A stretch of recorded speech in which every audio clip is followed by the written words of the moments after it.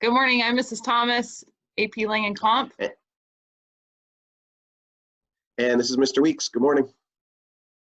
Today we're going to be going through, what is this, the 2019 FRQ rhetorical analysis prompt, and talk it through with you guys so you can get some more experience with how we would read through it and the things that we notice as we go through. So you'll get two brains for the price of one.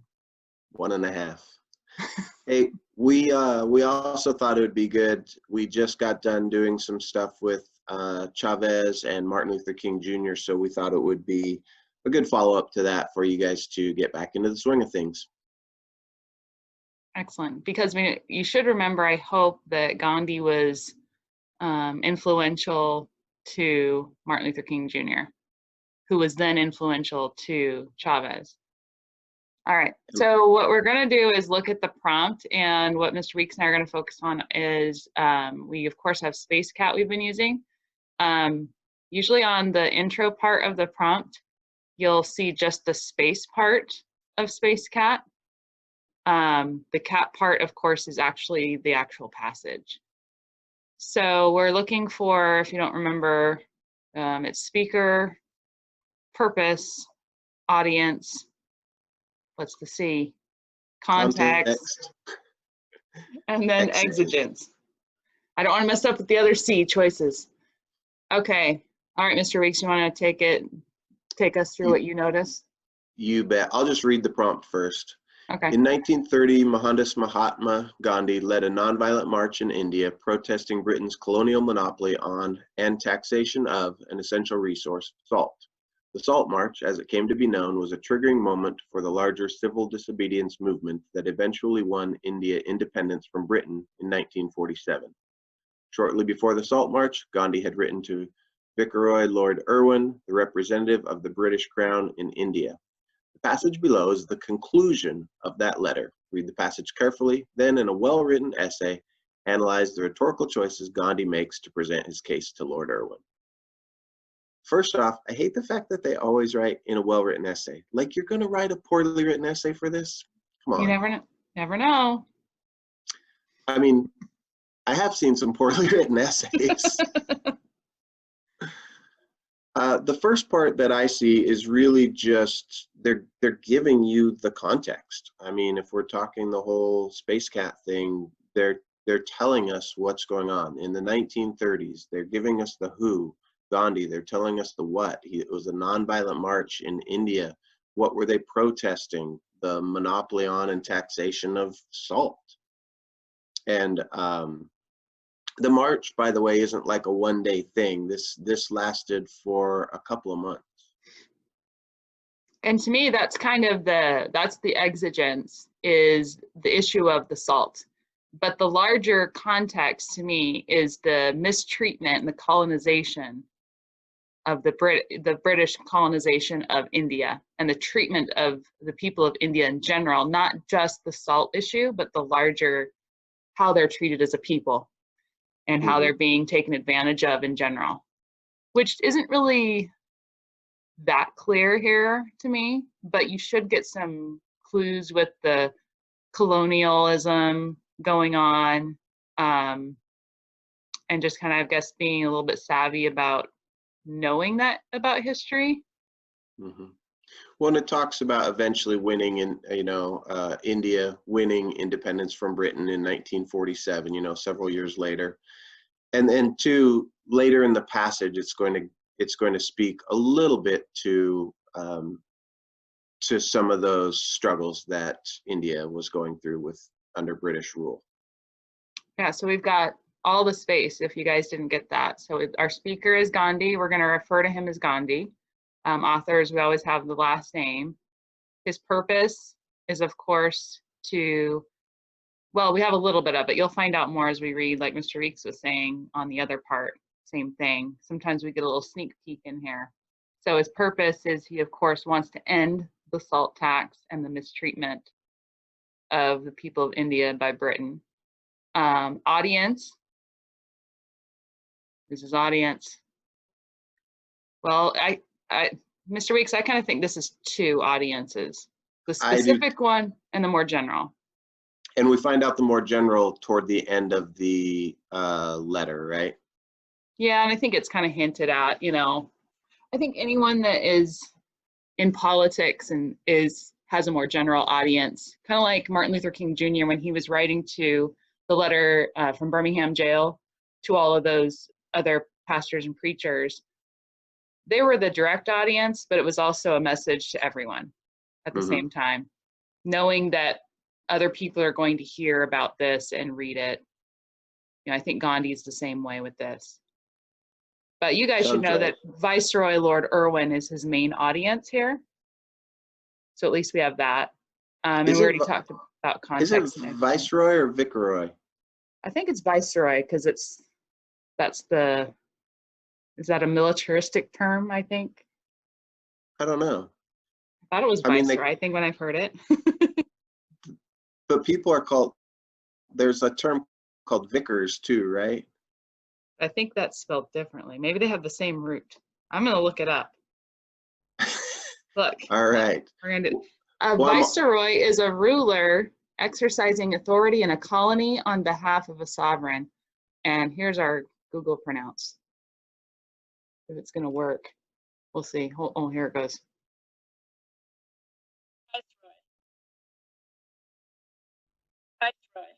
Viceroy. Sorry. Oh man. I don't need to say viceroy. It's apparently viceroy. You ever watch Wallace and Gromit? Yeah, but it's been a while. Have you seen the Were-Rabbit one? Yes. Oh, that's my favorite one. I think they have a vicar in there. Is a vicar, I thought a vicar was I don't know why I'm thinking them as a person that was drunk back then, but. Really? Maybe I'm thinking of a I'm not going to question you anymore since you got voiced Viceroy. All right, you want to take us through the first chunk here, the first paragraph, or wherever you want to stop? Sure. So let's start our reading. All right. It says, I know that in embarking on nonviolence, I shall be running what might fairly be termed a mad risk. But the victories of truth have never been won without risks, often of the gravest character.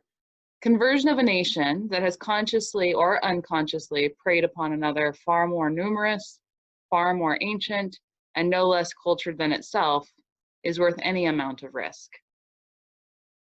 First thing I noticed there is he's indicating his purpose is to be nonviolent. That is his tactic. And I noticed that he's willing to take the risk, and he's making that very clear and drawing that line there.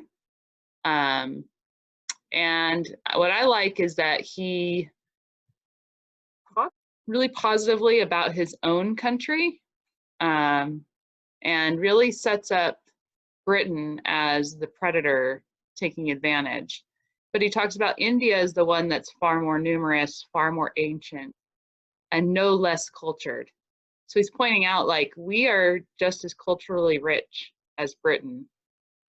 And it's worth converting Britons and changing the way they think.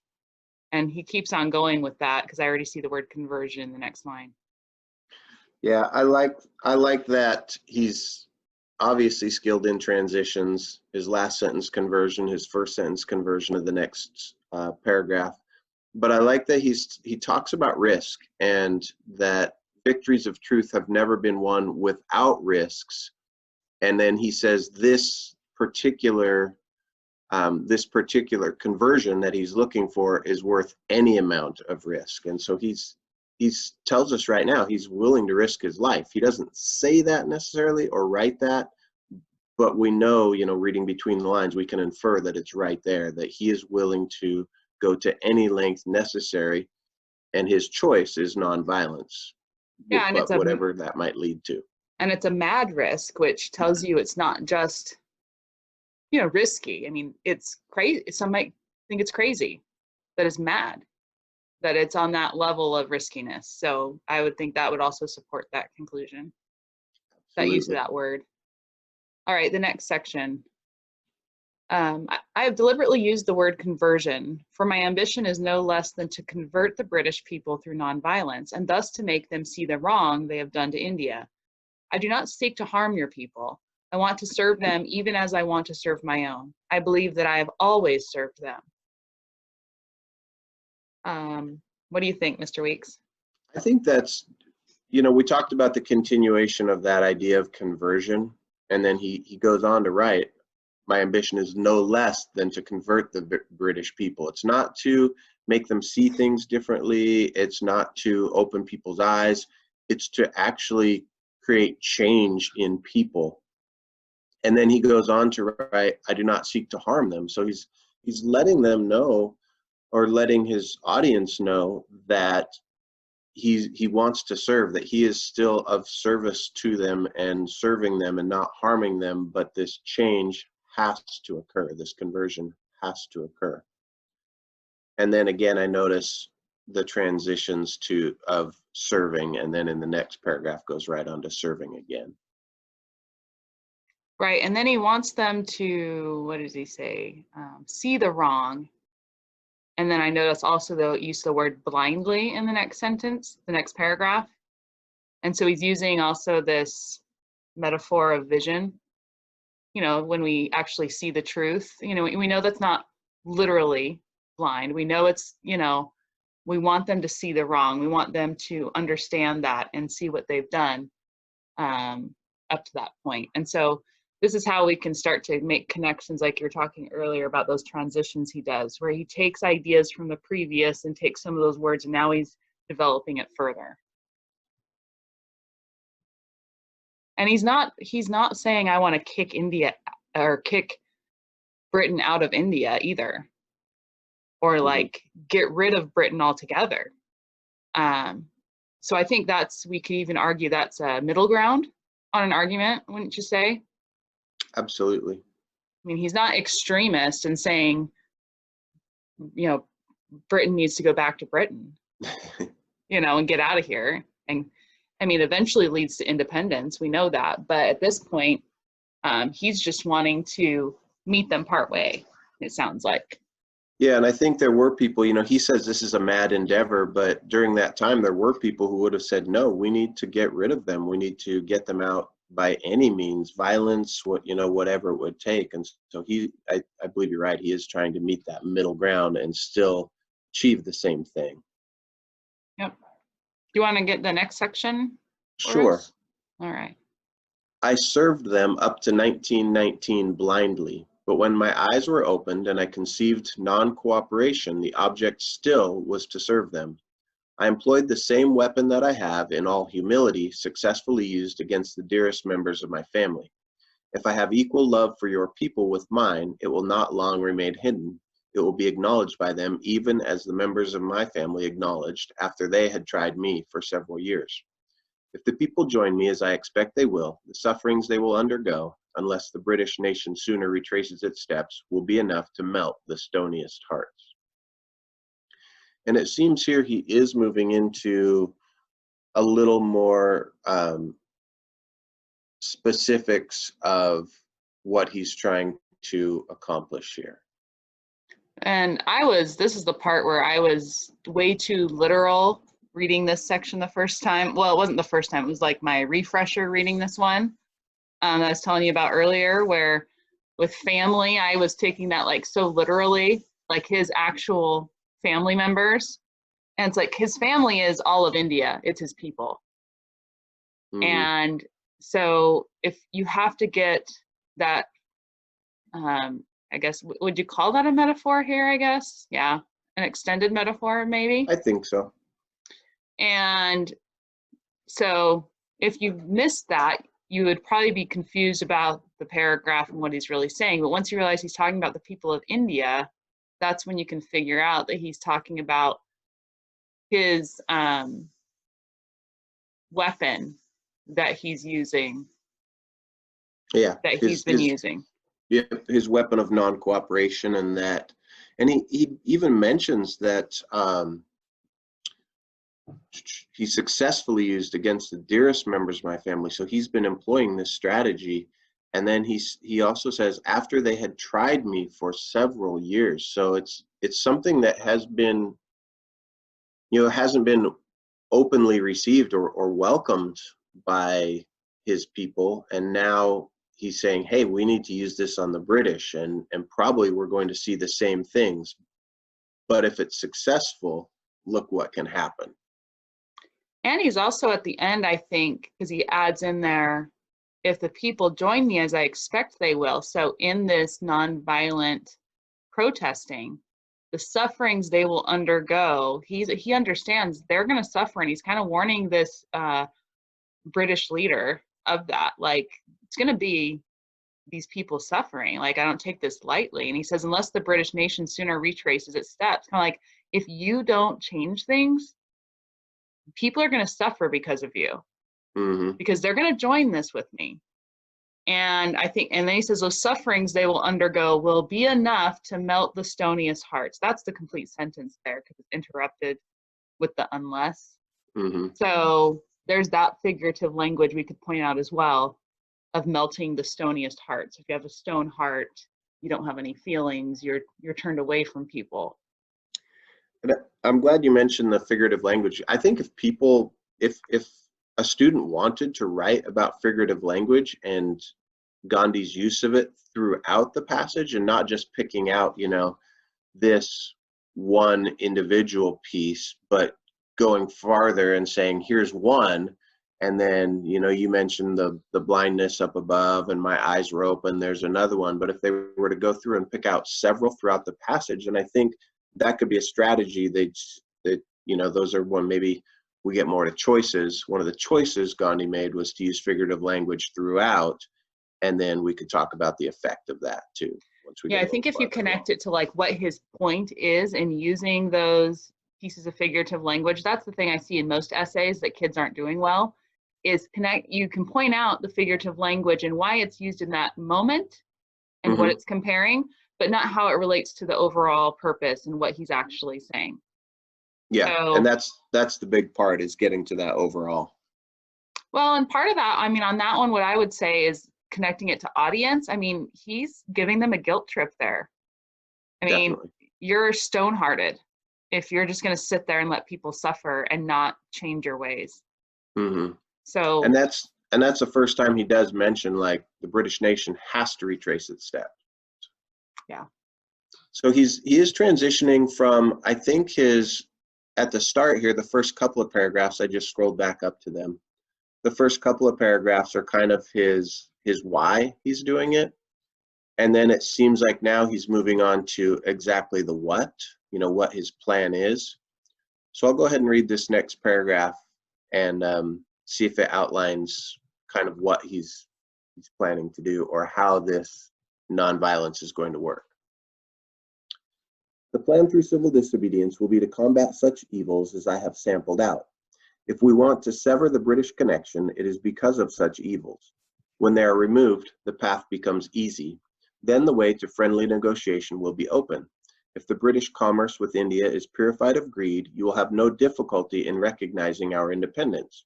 I invite you then to pave the way for immediate removal of those evils, and thus open a way for a real conference between equals, interested only in promoting the common good of mankind through voluntary fellowship, and in arranging terms of mutual help and commerce equally suited to both. Long sentence. You have unnecessarily laid stress upon communal problems that unhappily affect this land.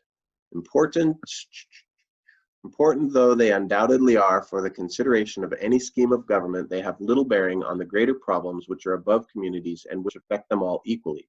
But if you cannot see your way to deal with these evils, and my letter makes no appeal to your heart, on the 11th day of this month, I shall proceed with such co-workers of the ashram as I can take to disregard the provisions of the salt laws.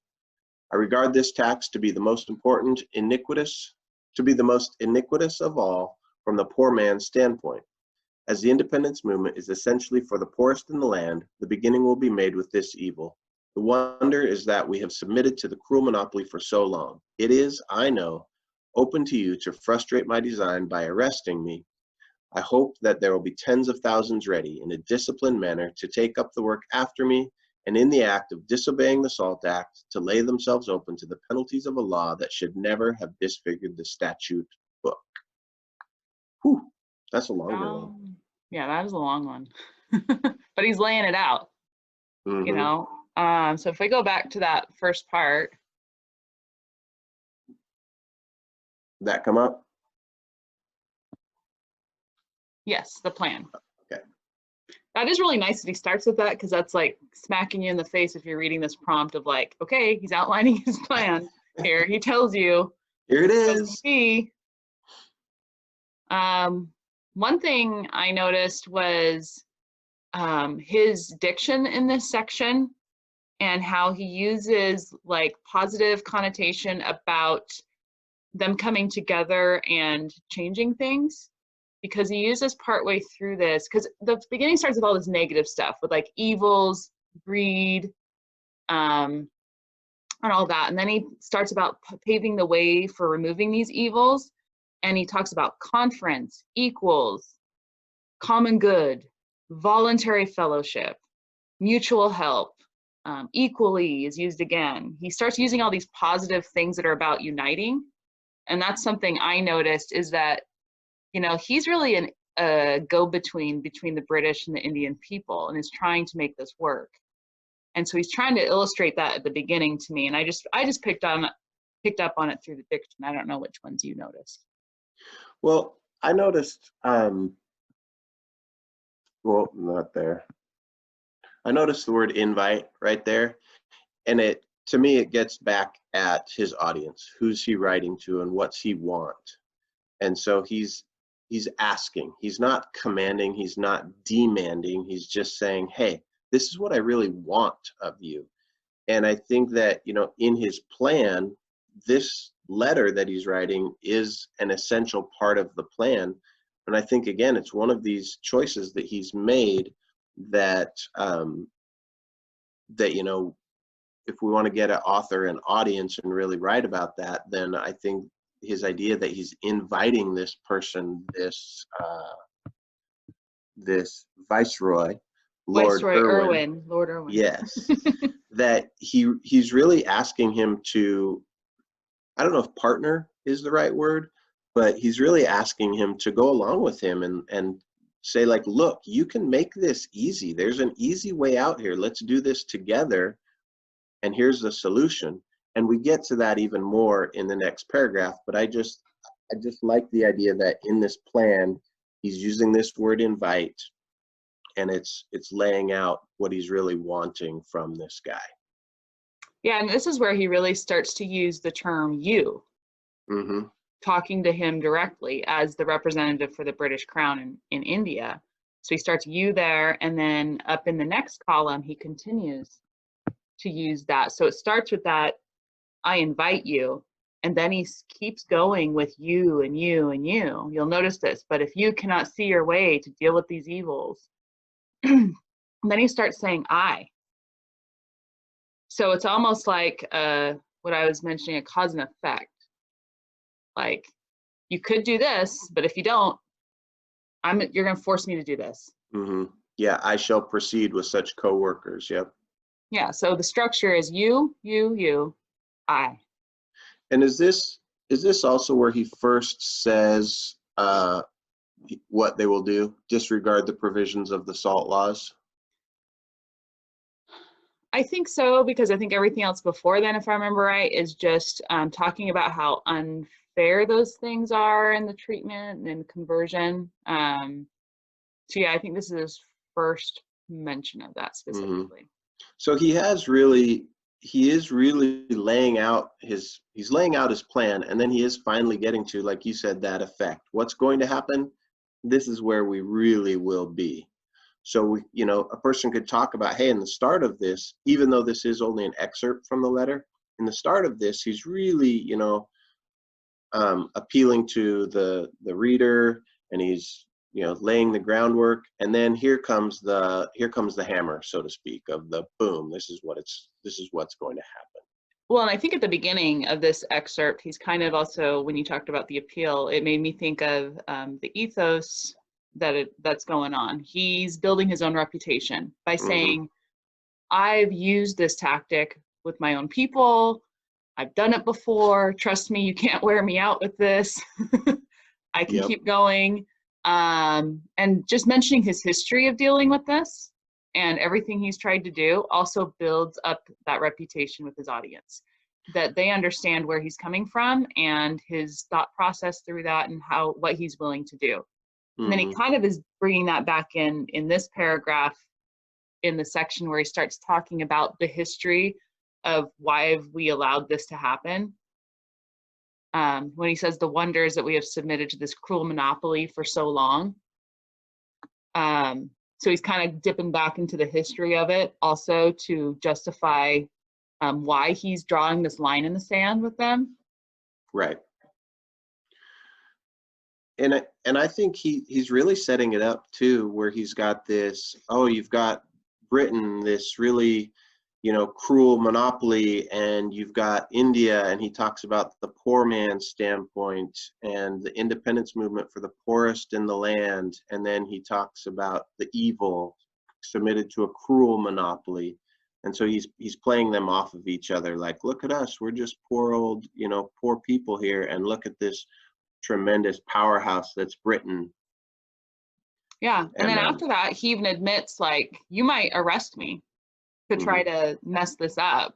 And he says, I hope that there will be tens of thousands ready in a disciplined manner. He wants him to continue with his method, right? It's like, they're going to keep doing this, and they're going to take up my work just because you'd get rid of me, the leader, which reminds me of Martin Luther King Jr. with his whole thing of, like, even though he's imprisoned, I mean, that's a tactic, right? You take out the leader, throw them in jail, silence them, and stop a movement. He's saying, no, that's not going to work. I mean, he's addressing their counter proposal, I guess. Exactly. Yep. And he's explaining how that's not going to work. He's attacking it before they can even enact such a thing. And that's good because it's an argument. And he's addressing that. And then he's doing a good refutation by saying, nope, they're still going to keep going with this. Exactly. Yeah, I think that's perfect. The other thing I wanted to mention before we move on to the next paragraph is that word iniquitous. It's not one we use every day, and I'm guessing that a lot of us won't know what this means. I think we can get from the context that, this tax to be the most iniquitous, if we think about, like, even a word that sounds like it, inequitable or something like that. It's just not fair or morally right. But I would encourage students to, if you don't know a word, you're not going to have access to dictionaries or things like that. Well, they will on this one. This one's open book and open note now. That's true. So you could look it up. Yeah, if you can't figure it out by context, though, you can't just skip these words. You need to know what they are. This isn't a moment where you just kind of gloss over, where it's a fictional book that you're reading and it really won't matter in the long run. You want to know what every word means. Yeah, and that one is about it being unfair. And the word, and if you don't remember, the prefix in is not most of the time, if you understand word roots and all that. So that's where it's, if you think of what Mr. Weeks said of equal, and that being a similar word to equitous, you think of the equal that is almost there. And that's how English teachers are able to figure that stuff out. We just think of words and the parts of them, and we see words within words. It's just how our brains work. So it's not because we're super smart. Unless you're Mr. Lynch and you have a really good memory for vocabulary and use it all the time. That guy's something else. Hey, do you want to take the last two paragraphs? And I think we should probably wrap it up pretty soon. Sure. They're probably getting tired of us. If they're still with us. Maybe we should split this into a two-part. It says, I have no desire to cause you unnecessary embarrassment, or any at all, so far as I can help. If you think that there is any substance in my letter, and if you will care to discuss matters with me, and if to that end you would like me to postpone publication of this letter, I shall gladly refrain on receipt of a telegram to that effect soon after this reaches you. You will, however, do me the favor not to deflect me from my course, unless you can see your way to conform to the substance of this letter. This letter is not in any way intended as a threat, but it is a simple and sacred duty, peremptory of a civil resistor, sorry. Therefore, I am having it specially delivered by a young English friend who believes in the Indian cause and is a full believer in nonviolence and whom Providence seems to have sent to me, as it were, for the very purpose. I just noticed like he's saying, this isn't a threat, this isn't a threat, but it kind of is. You know, it's like, that's just kind of interesting to me. And he's like, it's like, I'm warning you, but I'm not trying to threaten you either. I mean, he's talking to someone who has a lot of power. I mean, he understands that his audience does, but he's also trying to say, I have power as well. And I don't want all these other things to happen. I don't want to have to post this letter for others to see that I gave you a chance. Well, and he knows the position this guy's in, the viceroy or viceroy, and he knows that if he puts this letter public, that people are going to question him and say like, wait, why didn't you act on this? And he says, I have no desire to cause you unnecessary embarrassment. It's almost like a blackmail sort of a thing. It's not like he has pictures of this guy doing bad things, but he has this letter that proves that the viceroy had a chance to change things and maybe didn't. Yep. And I think it will turn, of course, the people of India even more against the British. And it's kind of like, that's not going to look good if suddenly they realize you had an out and then things get worse. And then also the British people, when he talks about opening up the eyes of the British earlier, publication of this and the British people seeing that different steps could have been taken and that someone offered that olive branch of peace and change and you pushed it away, can also change those minds as well. So I think he understands that there's, you know, remember that bigger audience I'd mentioned? This is where that comes in. That other people will find out about it, of the substance of the letter. Yeah. So. Yeah. Well, and I look at this as kind of the third part too. The first part, he was laying out his rationale. Then he starts by saying in that paragraph, here's my plan. And so he lays out his whole plan. And then this third part is his call to action. Like, hey, I don't want to hurt you. I don't want anything bad to happen. But if you don't take action, you know, I need you to take action. I need you to essentially reverse course on British policy. But if you don't, I'm going to publish this letter and we're going to start this march, and then things are all going to go south. They're going to go downhill for you guys. All right. Yeah, I think we've done a pretty good job of picking it apart, giving them a lot of stuff to work with, to think about, processing all of it, seeing how we process it with like two different minds. That's one thing we wanted you guys to see, is that Mr. Weeks and I pick up on different things because we're different readers and we all pick up on different things as we read. And it's not that one of us is right and one of us is wrong. It's just, you know, we just see it differently. So you got to find what stands out to you and decide which ones you think are the strongest techniques that, or choices that Gandhi uses in this piece. So what do we want them to do, Mr. Weeks? Well, we want them to write. I would like to see them respond to the prompt. And if they want feedback, when do we want to have them get it finished by and get it back to us, get it emailed back to us?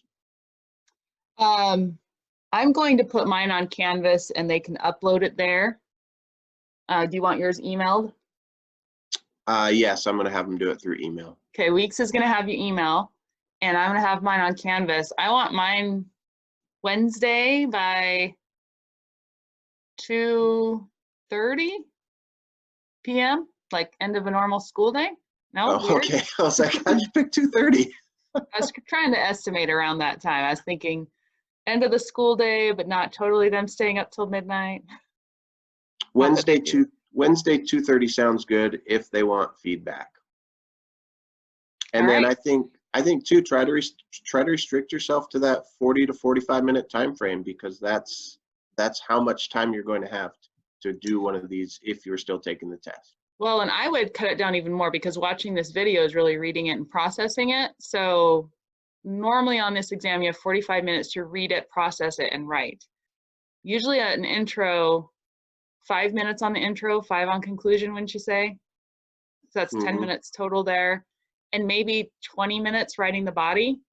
So that means you have 15 minutes to read it normally, 5 minutes for an intro, 20 minutes for the body, 5 minutes for a conclusion. Yeah. So I would maybe spend 30 minutes on it if you really want to push yourself to what you could do during the 45-minute exam. Does that make sense? So watch this video, write for 30 minutes, turn it into one of us. Yep. Cool. Sounds good. All right, we look forward to seeing what you guys have to say, what you guys notice in that, and hopefully your writing has improved. All right, Mrs. Thomas, stop recording.